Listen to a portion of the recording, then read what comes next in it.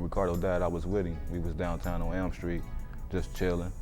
About to go out later on that day, but we was just chilling. He was selling lighters, you know what I'm saying? Kicking it on the block, listening to music out the car.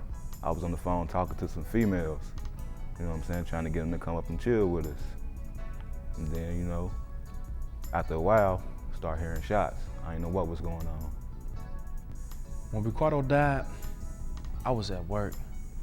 I was the manager. Like, I had just got a little promotion, and I was at work, working in the cooler, just working away. It was early in the day too. I was supposed to get out about 9 o'clock. It was around about 7 or something when I got a phone call from my daddy. He told me to go to the hospital. I did, like, what's wrong, Daddy? Your brother got shot in the head. Well, he gave me false information because he didn't even get shot in the head. But just my thoughts of him getting shot in the head automatically made me think that he was dead. He also told me that Brian had got shot with him too. So my whole ride to the hospital, I was shook like, dang, I'm about to lose both my brothers. This crazy. And at the same time, my other brother, Maurice, was in jail. So I was just, a lot was going through my head. When Ricardo died, I was just getting ready to go to bed. So happened, the phone rang. Normally at nighttime, I cut my phone off. But so happened, I was waiting for my mom to come home from a meeting. So once she called me, I was gonna cut the phone off, but instead, the phone rang and it was somebody letting me know. Actually, it was his daddy letting me know that he had got shot. My father died, I was in the house, chilling, just sitting there, watching TV. Somebody called the house, told us. When Ricardo died, I was playing cards. I was in prison playing cards for money. And I didn't really find out that he died till the next day. My friend from one of the hills told me that he woke me up out my sleep, told me the secretary wanted to talk to me. So I go down and talk to the secretary lady. She said, your mom want to talk to you on the phone. I asked, like, what she want to talk to me about? She's like, I can't tell you that, you got to talk to her. So I get on the phone, my mom on the phone. She's like, your brother passed last night, got killed last night. So I'm thinking it's a dream. I fall down and start crying. Then, like, I couldn't really eat for like 2 weeks. The COs, my job told me I had to go to work no more till whenever I get back to normal. What I remember most about Ricardo, when he was growing up, he used to love to draw. He was also good at making things out of paper. No telling things that he came up with, picture frames, Christmas ornaments. A couple stories that stand out to me about Ricardo was a couple times when he was always worried about his cars. He always had to get something fixed on them, or the music wasn't right or wasn't loud enough, or he had to go clean them or something. Most memorable time I spent with my daddy was when he came pick me up a couple times. One time he came pick me up, he'll get his car at the shop, TVs and everything in it. Went to the beach, drove around a couple places just to be with him, and gave him a couple dollars to have in my pocket. A few stories about Ricardo. Ricardo just come up on the block, he'd buy a new car, like, bruh, test drive this car. I like this car. He like, I'll test drive the car drive real good. He like, bruh, you can have this old car, this your car now. He say he always loved his cars. That was the one thing about him, like you couldn't mess with his cars. But he'll let you drive them though, but he just had to be with you. He had to feel good about it, like you had to ask him a couple of times, but he might give in. But he was cool about it. He always told me, like, you ain't gonna live the street life. You gonna do things different. Like, I don't want you doing this. He was just persistent about saying that. Like, he just really didn't want me to be in the streets. He told me if I needed anything, come to him. I really only came to him, you know, for when I really needed something. He used to let me wear his clothes. I mean, he had the freshest clothes, everything. When guest outfits was out, he had every color. I used to go buy every single last one of them. I wear them, I let Brian wear them. I kept them fresh. And then he'd come get them. Then I might not see them again. But, you know, I told everybody at school I wasn't even a flagey type, perping type. I tell people all top, man, these ain't even my clothes, these my brother clothes. They didn't believe me, but you know, man, if I needed a car to get back and forth to school, work, I'll go hit him up. Bruh, man, can I borrow a car, man? I need to borrow a car, man. He'll let me get one, like, here you go. I might drive it for a week. Then he'll ask for it back, like, bro, I need my car. Get right back to him. He stayed going shopping. He loved to buy clothes. He always had to be fresh. He had to have the freshest stuff. He always liked to be fly, and he loved girls. That's one thing, he loved girls. And then a couple other little stories Ricardo do to you. I been in the house, he'd call me, like, bruh, I got these girls, can I bring them down there and chill with you or something? So he'd come down there at the house with the girls, we just chill, have a nice time. He'll cook steaks, he'll cook all types of stuff. Yeah, I always tell you, bruh, let's go to Kroger's, go half on some food. I'm gonna cook it. He'll be cooking the food, his whole body be sweating like a mug. I don't know why you was a sweat that heavy. I want to tell you a story about Ricardo. One time he called me and told me that his girl was in labor. I was like, what? I was like, he's like, you coming to the hospital, Ma? You coming to the hospital? I'm like, yeah, I'll be there. Get to the hospital, everything. He already is nervous, really excited. But then by the time the baby came, I was like, Ricardo, he look just like you. He was like, what? He got all hyped, jumping up and down, shaking, throwing his arms all up. He called his, I'm talking about, I gotta call my daddy. Another thing that I remember about my brother is my mama never wanted me to hang with him, no matter what. Back when I had a pager, she'd page me, I'll call her back. She'd be like, boy, where you at? I'd be like, I'm with Ricardo. She'd be like, come straight home. I'm like, dang, Ma, I ain't even doing nothing. She'd tell me come right home. I always came too. I always listened to Moms. Moms was like, she really knew what was going on, but I didn't. I just really wanted to hang with my brother, you know, ride around, you know, just chill. I mean, we'd be on the block. I wasn't doing nothing, I was just chilling. He'd be doing whatever he doing, taking care of his business. But I never thought about it as being in the line of fire or, you know, something could have happened to me. I always just wanted to hang with him. I mean, I was little bruh, that's big bruh. Who wouldn't want to hang with their big brother?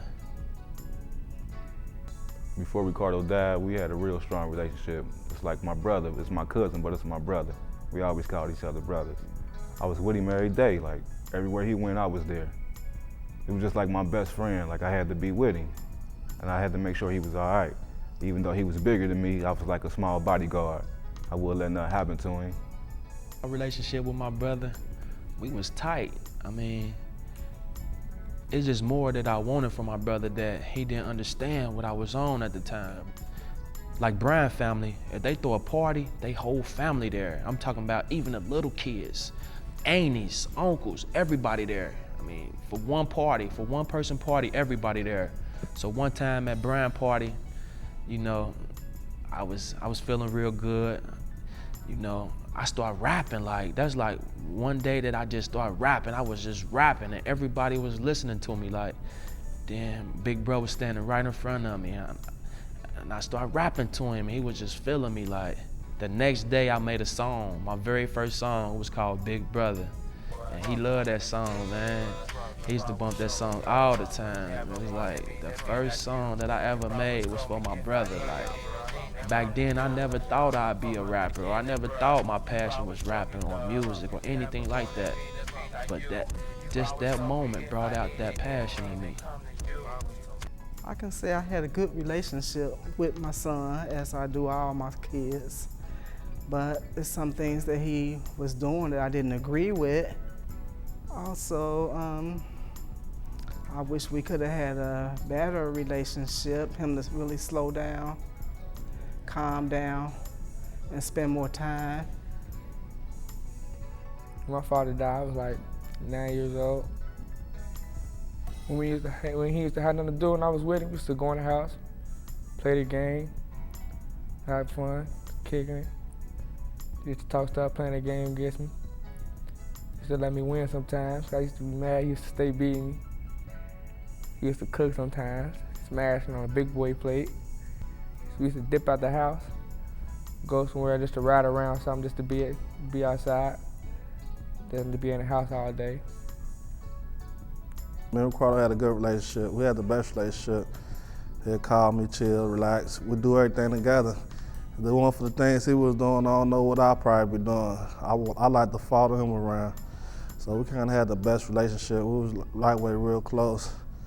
Like he'd come get me with chill, go everywhere together, chill, go to Kings Island, go all the bars, run the streets together. We do everything together. We had the best relationship you could have. It's words that can't even say the things that we did together. I went to go see him a few times when he was in River City.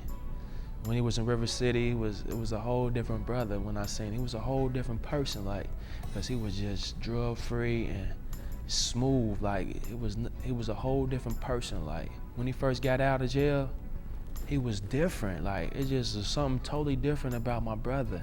I didn't understand it, like, but I was just happy to be around him. But once he started back doing the pills and things, it was just different. Like, I wish I could just tell my brother who he should have hung with or what you doing wrong, but little bro can't tell big bro what to do. If I could bring my daddy back for one more day, go to Kings Island one early morning, be up there for a minute, go to my grandma's house, eat a fat plate, play the game, get up through, ride around, listen to the music, just drive around saying what up to people, and keep it moving. But if I could bring him back for one day, I'd just like to chill with him. Probably go to the club, chill with some females, probably kick it with the kids or something. Let's go have a good time and chill, relax. And be sorry, don't be one, I'd be salty and be sad, I'll right back over the next day when he ain't be there no more. If I can bring Ricardo back for one day,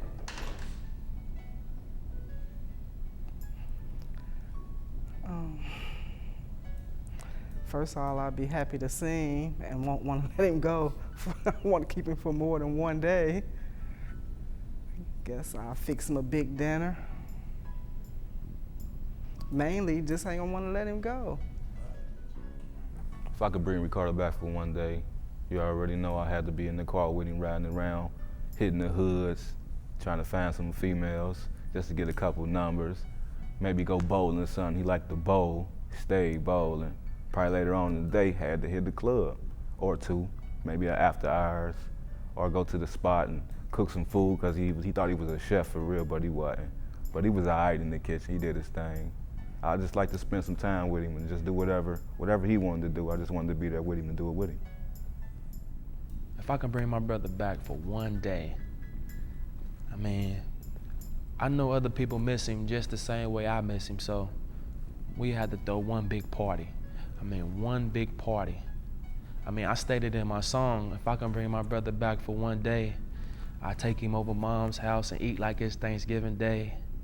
You know, take him to a football game to see his son play and throw a parade down the way and call it Tellie Day. But, you know, I know he'd miss mom's food, that sweet potatoes. She said that was his favorite. And, you know, back in the day, he had 2 or 3 of his friends over. And, you know, we eating Thanksgiving food. And I'm eating Thanksgiving food for 3 days after that. I had to tell moms I'm tired of Thanksgiving food. But I definitely take him over mom's house to see moms, because when he died, she was tore down. I mean, I seen it firsthand. I was standing right there with her. She was tore down. That really messed her up, her first son. But I definitely had to take him to a football game, because, I mean, I can't imagine how my nephew feel for his father not to be here. Like, I just can't imagine that. But I know how I used to act when I used to play basketball. He used to come to a few of my games. I mean, it just hype you up. Just to see your people there, you're going to play just a little bit better. So I love to take him to a game to see his son play. And, you know, we ride around down the way all the time. So, you know, just throw a parade down the way, shut down Vine Street, shut down M Street, you know, shut down the whole OTR and just throw a big old party.